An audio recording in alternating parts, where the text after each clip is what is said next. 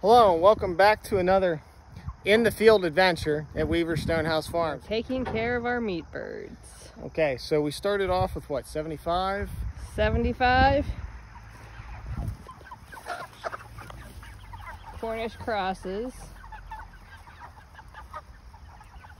And you always have to expect some loss with these guys. We're probably around 70 right now.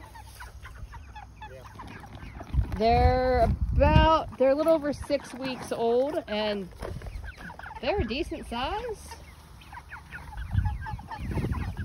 Yeah, we went with a higher protein this batch. The best I can say is with the Cornish cross, the genetics are all over the place. We've had batches that were great. We've had batches that have been horrible. Yeah, we're talking about you guys. Our last batch, we kind of grew out a little small. We buy an entire skid of chicken feed. So that 20% chicken feed, since we were buying the whole skid, it was a better price. We used it. We had a fair amount of losses on the first batch. And is it the feed? Is it not the feed? Is it the chicken or the genetics? And we actually grew them to close to 10 weeks and they were tiny. Tiny. For a 10-week-old Cornish cross.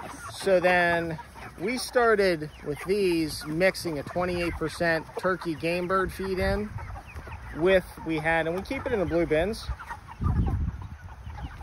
So we had 2 of those full of feed and we mix it. And they filled out a whole lot better than what I thought they would compared to the first batch of spring.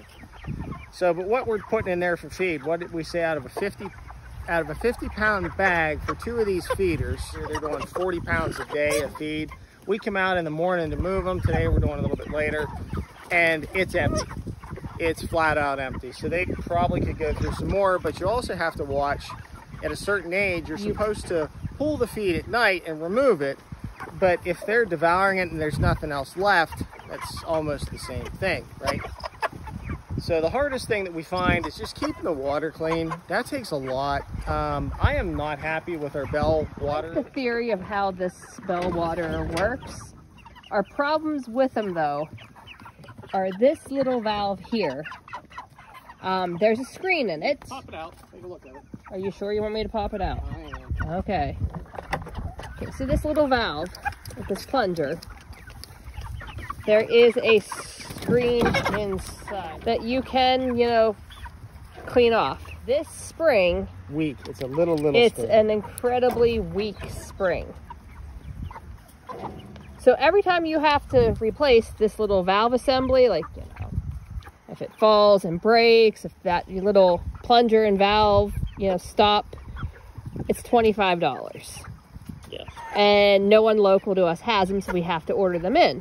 We've gone through probably 3 of these in the past 3 years at least. Yeah.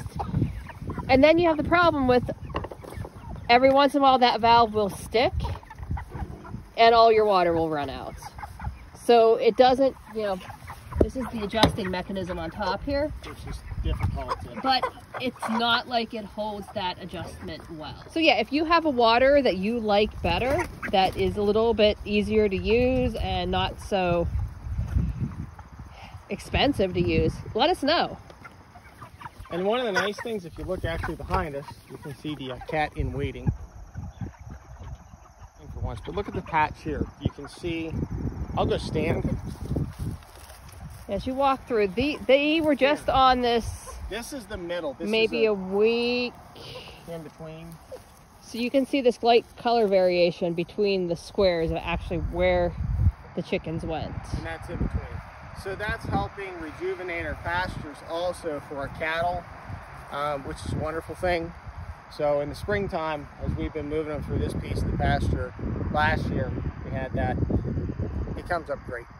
So this is a wonderful thing to help with your pastures. If you need to, do it. Hey, thanks for following along, and subscribe and like the video. We greatly appreciate it, and thank you for helping us get to 1,000 subscribers. Thank you. And we'll see you next time on the farm.